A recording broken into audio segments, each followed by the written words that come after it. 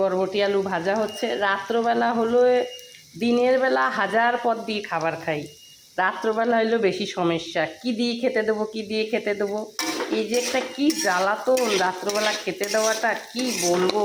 কাকিমা, জেঠিমা, মাসিমা যাকেই বলেন না কেন, এই সমস্যাটা সবার ঘরে।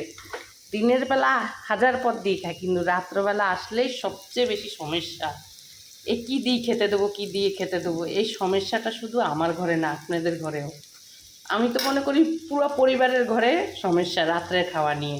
দিনের বেলার খাওয়া নিয়ে সমস্যা নেই, রাত্রেবেলা রুটি কী দিয়ে দেবে। ভাত হলে তো অনেক পদ লাগবে, রুটি হলে সমস্যা নাই, একটা পদ দিয়ে হয়ে যাবে, আচার পেঁয়াজ দিয়ে হয়ে যাবে। কিন্তু ভাত হলেই সমস্যা। এই ঝামেলার রান্নাঘরে একটা ঝামেলা।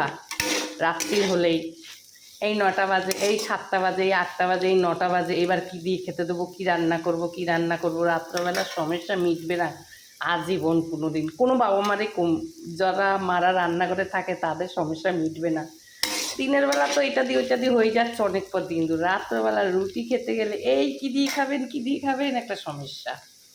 দেখতে থাকুন কি দিয়ে দিচ্ছি। অনেক কথা বললাম, শুনুন, দেখুন।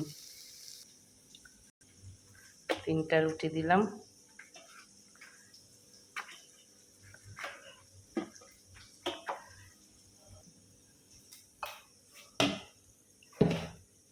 আম, রুটি, বরবটি আলু ভাজা, দুধ দিচ্ছি বাটিতে, যেটা এখন আমের সিজন।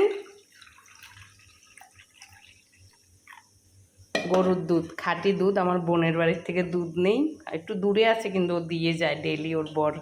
আমার নিজের বোন, ওদের বাড়িতে খুদ গরু আছে।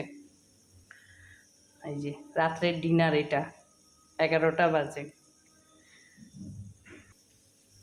এখানে ভিডিওটা শেষ করিস, রাখি। সবাই ভালো থাকবেন, সুস্থ থাকবেন। শুভরাত্রির।